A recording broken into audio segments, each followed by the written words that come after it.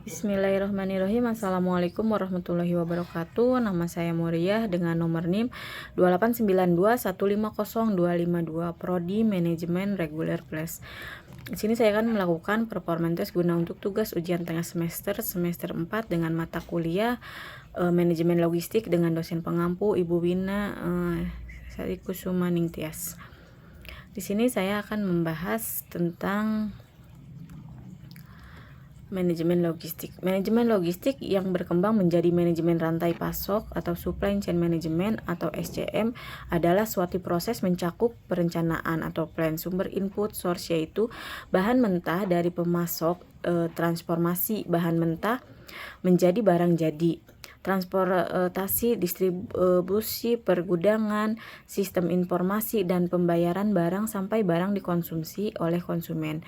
Dan pada akhirnya adalah layanan pengembalian produk atau barang atau retur.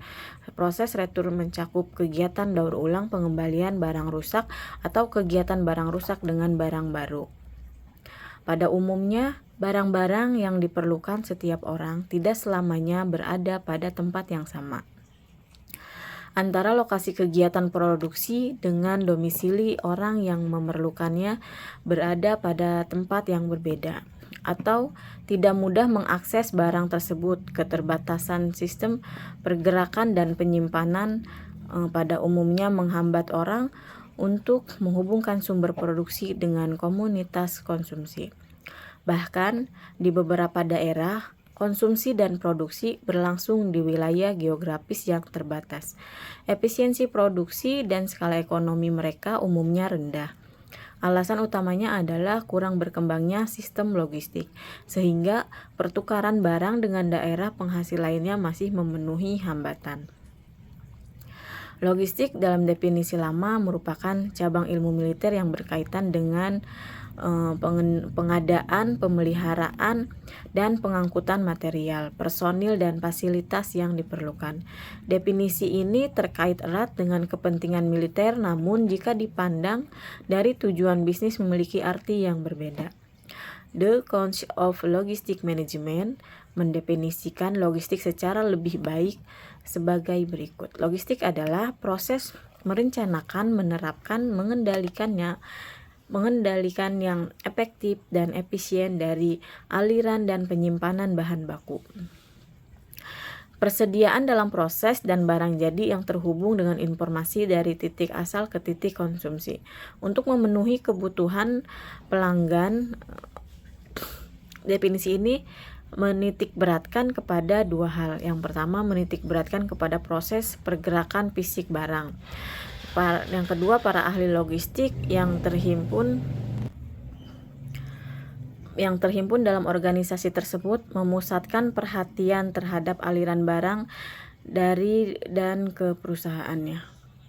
Logistik bisnis merupakan bidang kajian manajemen terpadu yang relatif baru dibandingkan dengan bidang keuangan, pemasaran, dan produksi. Kegiatan logistik secara tidak sadar sudah terbiasa dilakukan orang selama ini. Bidang bisnis pun selalu melibatkan kegiatan pergerakan dan penyimpanan. Ruang lingkup logistik. Secara praktis, logistik adalah merupakan kegiatan fungsional yang berulang-ulang melalui saluran aliran material yang dikonversi menjadi produk dan dikirim hingga ke para pelanggan. Seperti di skema aliran material komoditas.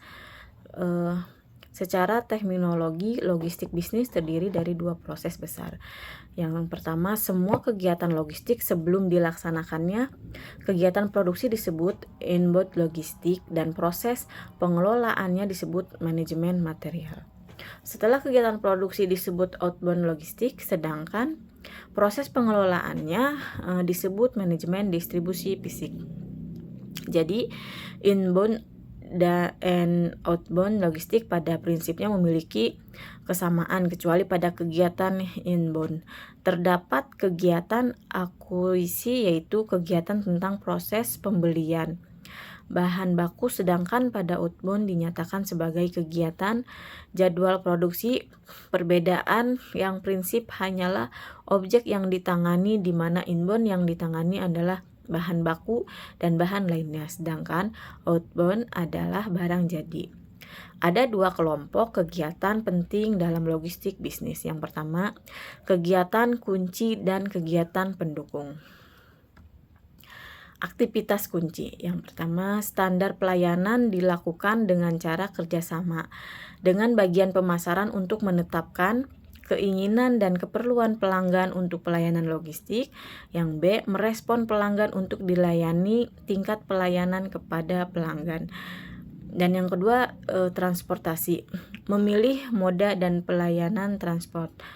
Konsolidasi angkutan, rute angkutan, jadwal kendaraan, pemilihan perlengkapan, pemrosesan keluhan, audit tarif angkutan. Yang ketiga, manajemen persediaan, kebijakan penyimpanan bahan baku dan barang jadi, peramalan penjualan jangka pendek, bauran produk pada titik simpan, jumlah, ukuran, dan logistik dan lokasi titik simpan, just in time, strategi dorong dan tarik, pemrosesan pesanan, prosedur invoice antara penjual dengan persediaan, metode penyampaian informasi pesanan, aturan pemesanan. Kegiatan pendukung yang pertama, pergudangan, menentukan luas dan volume gudang, tata letak stok, konfigurasi gudang, penempatan stok. Dan yang kedua, penanganan material, pemilihan perlengkapan, kebijakan penggantian perlengkapan, prosedur order picking, penyimpanan stok. Yang ketiga, pembelian, pemilihan sumber pasokan, menentukan saat pembelian, jumlah pembelian. Yang keempat, kemasan pelindung dirancang untuk penanganan, penyimpanan, melindungi dari rusak dan hilang. Kerjasama dengan bagian produksi untuk menentukan jumlah agregat, urutan, dan waktu produksi. Pemeliharaan informasi, mengumpulkan, menyimpan, dan mengolah informasi, analisa data, prosedur pengendalian. Standar pelayanan kepada pelanggan adalah kegiatan kunci awal yang harus menetapkan tingkat keluaran dan derajat kesiapan sistem logistik dalam merespon harapan pelanggan.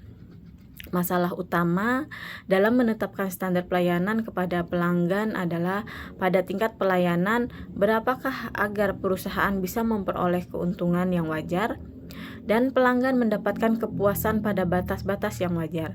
Transportasi dan persediaan adalah kegiatan kunci penting karena bisa menyerap ongkos logistik yang besar. Ongkos kegiatan ini bisa mencapai setengah hingga 2/3 dari total ongkos logistik. Logistik bisnis dalam perusahaan. Fungsi pemasaran yang kegiatannya berada pada ranah logistik adalah kegiatan standar pelayanan kepada pelanggan, penentuan harga, pengepakan, dan penentuan lokasi pengecer. Fungsi produksi yang kegiatannya berada pada ranah logistik adalah penjadwalan produk, penentuan lokasi pabrik, dan pembelian.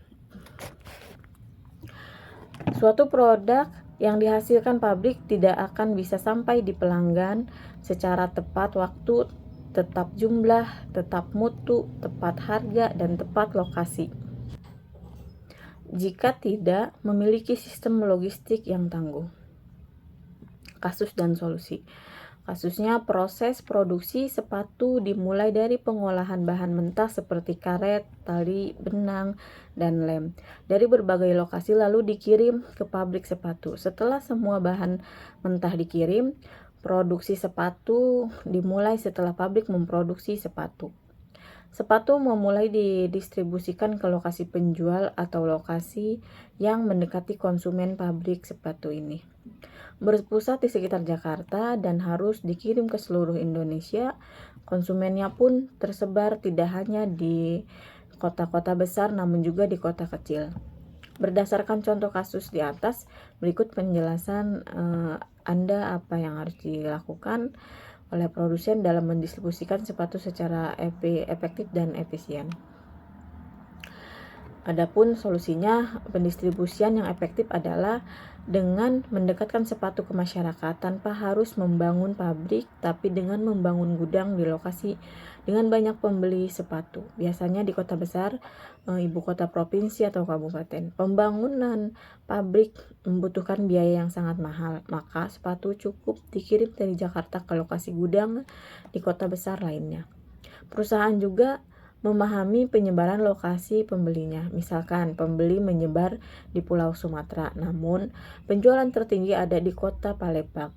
Maka pengiriman sepatu untuk penjualan di seluruh Pulau Sumatera dapat dikirim ke Palembang terlebih dahulu. Dari Palembang sebagian sepatu dikirim ke kota Medan dan Padang. Dari setiap kota baru dikirim ke pusat perbelanjaan. Metode pengiriman dianggap lebih efektif karena dapat memindahkan sepatu dalam jumlah besar secara bersamaan mendekati lokasi pembeli di Pulau Sumatera. Kapasitas truk pun termaksimalkan.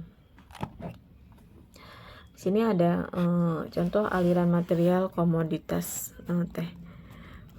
Ada fungsi, kegiatan, lokasi, keterangan. Produksi pucuk, yaitu kegiatan memetik pucuk, lokasi kebun teh, keterangan pucuk dipetik di kebun. Logistik, menyimpan sementara kebun teh, setelah dipetik disimpan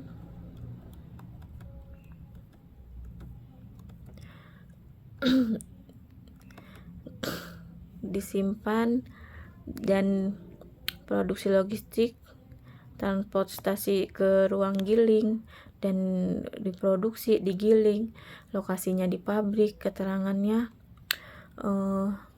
digiling di mesin giling. Produksi fermentasi di lokasi di pabrik, keterangan dilakukan fermentasi.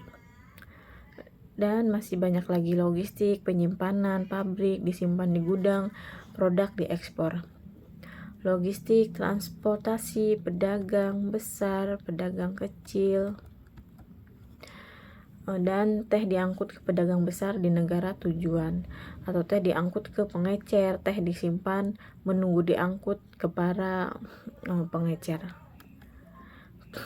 Baik, demikianlah presentasi dari saya, kurang dan lebihnya saya mohon maaf. Wassalamualaikum warahmatullahi wabarakatuh. Terima kasih.